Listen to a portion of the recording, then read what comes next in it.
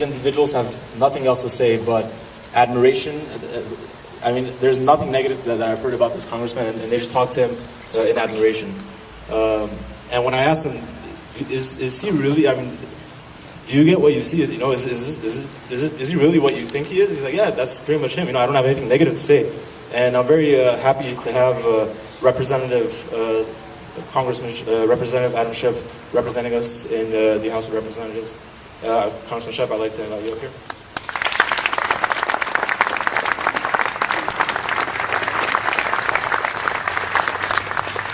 This is why we treat our interns well.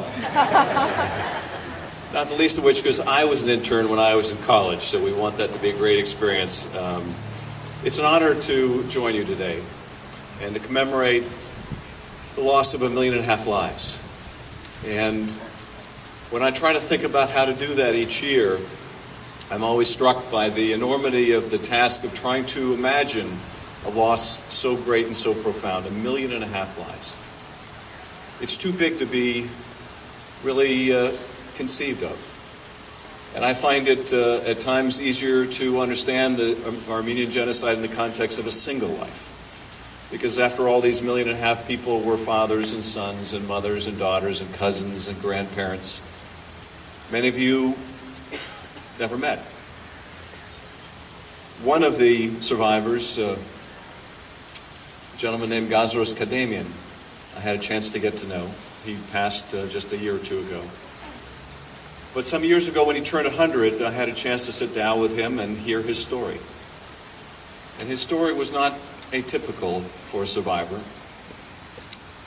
His father was taken by the Turkish gendarmes almost immediately during the genocide and murdered.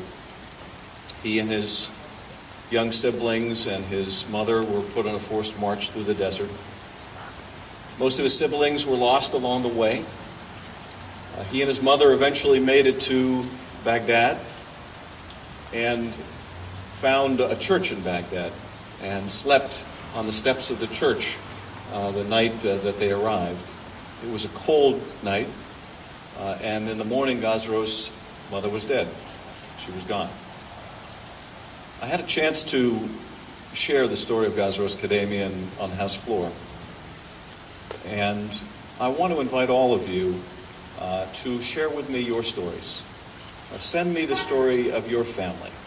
Let me speak it from the House floor. Let me make it a part of the congressional record. We are fighting to recognize the genocide in Congress, and it has been a very tough road. We had a vote in the Foreign Affairs Committee on the resolution I introduced a month ago, and it passed, but only by a single vote.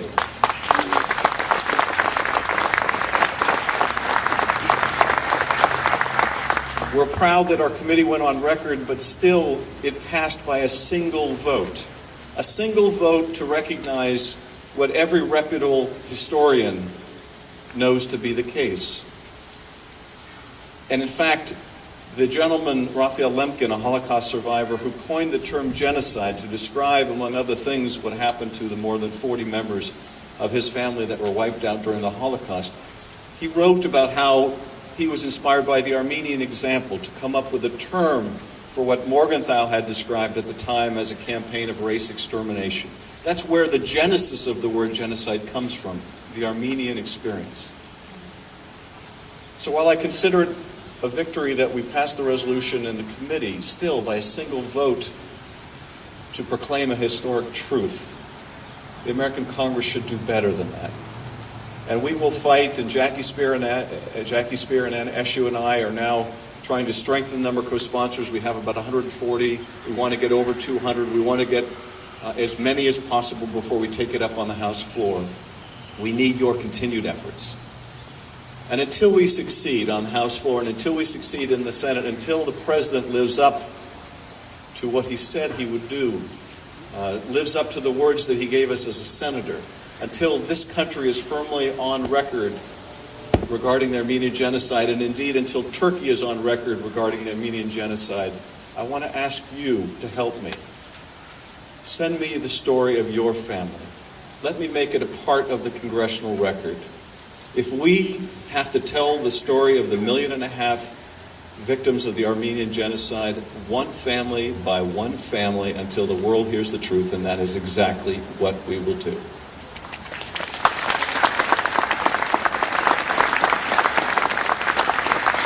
So I thank you for coming out this morning. I thank you for your advocacy. I thank you for your remembering, for sharing your memories with us. And on behalf of the Congress, I'd like to present the Certificate of Special Congressional Recognition to Khachik Shahanian. Thank you for your powerful address, and thank you for your superb advocacy for recognition.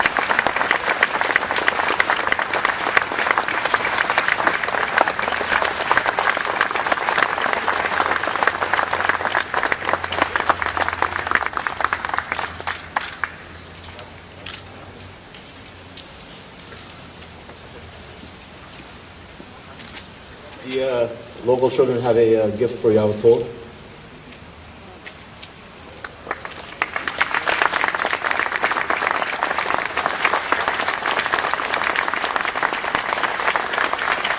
Thank you, Congressman. At this point, I'd like to invite State Assembly Senator